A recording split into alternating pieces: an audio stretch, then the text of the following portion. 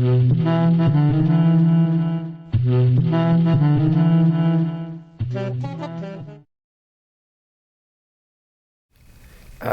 we interviewed Andy Rachleff, he mentioned that the amazing thing about being a venture capitalist is that everyone forgets the losers. They always remember the winners. Is that true today? Oh, absolutely. That's not amazing, though. I'm surprised Andy would say it was amazing. It's the business.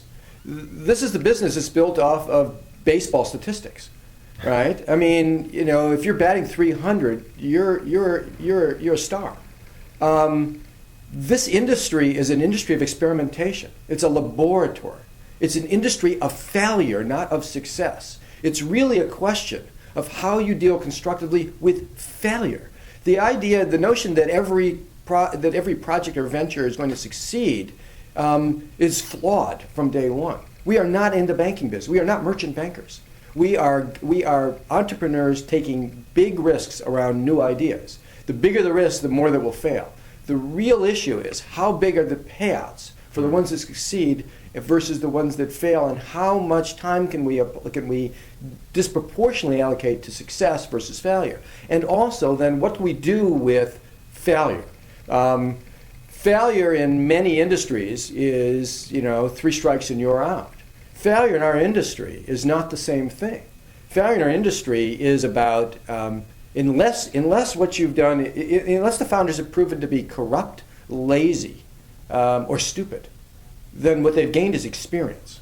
And the question is how to deploy that experience around another opportunity. The models that you have out there for success that we hear about all the time, the Google guys, et cetera, first time out of the chute, way over center field, that's rare. What you normally see are entrepreneurs who go off and try it and fail, do a mediocre success, bingo. They're 45 and they are well tooled for the next opportunity, and the next opportunity has presented itself. So our business is about baseball statistics. It is a laboratory where failure is going to be more pronounced than success, but where the economics and structure of our industry is built around making those statistics work economically. So the relevant metric might be less batting average and more home runs. Absolutely. Yeah.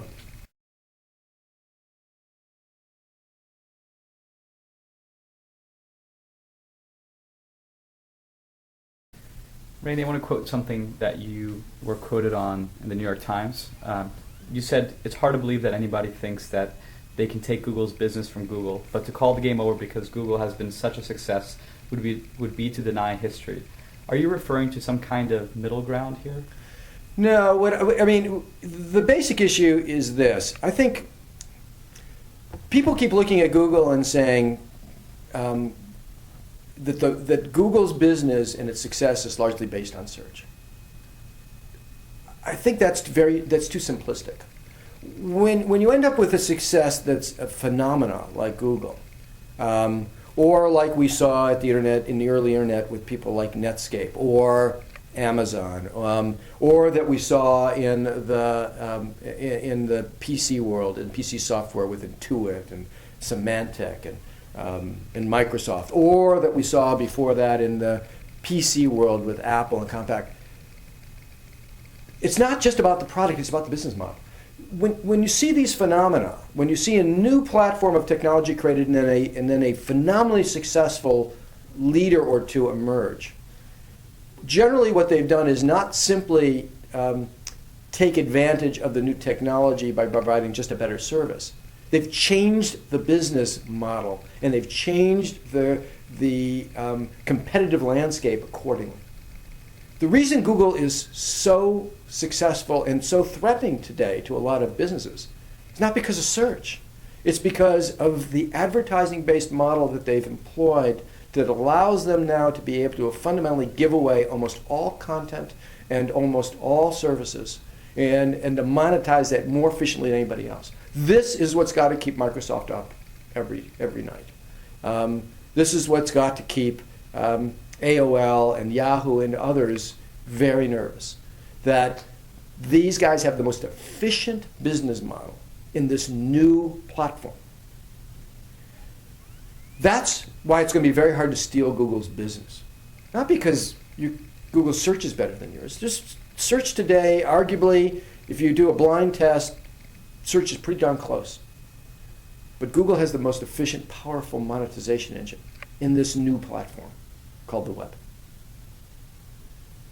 What history tells us is that platform will change. And what history tells us is when that happens, the economic model and the business model will change as well. And when that happens, Google will have to prove that they're as good as Microsoft in making the transitions that Microsoft has made through every platform change up till now. Microsoft is fighting for their life at the moment, their relevance, I would say. They're certainly not going to disappear, but their relevance in this new platform at the moment. Whether they can do it or not, I don't know. But they have made 2 or 3 transitions in the course of their lives that have proven that Microsoft is a champion competitor. Google's going to have to prove that through the next transition whenever that happens. That's what's still up in the air. I don't know when that transition occurs. I'm not saying the search business is about to disappear, and I'm not saying that Google's is going to lose their leadership position in it. I'm saying that someplace along the way, the game is going to change again. And that's what history tells us, and history tells us at that point, it's up for grabs.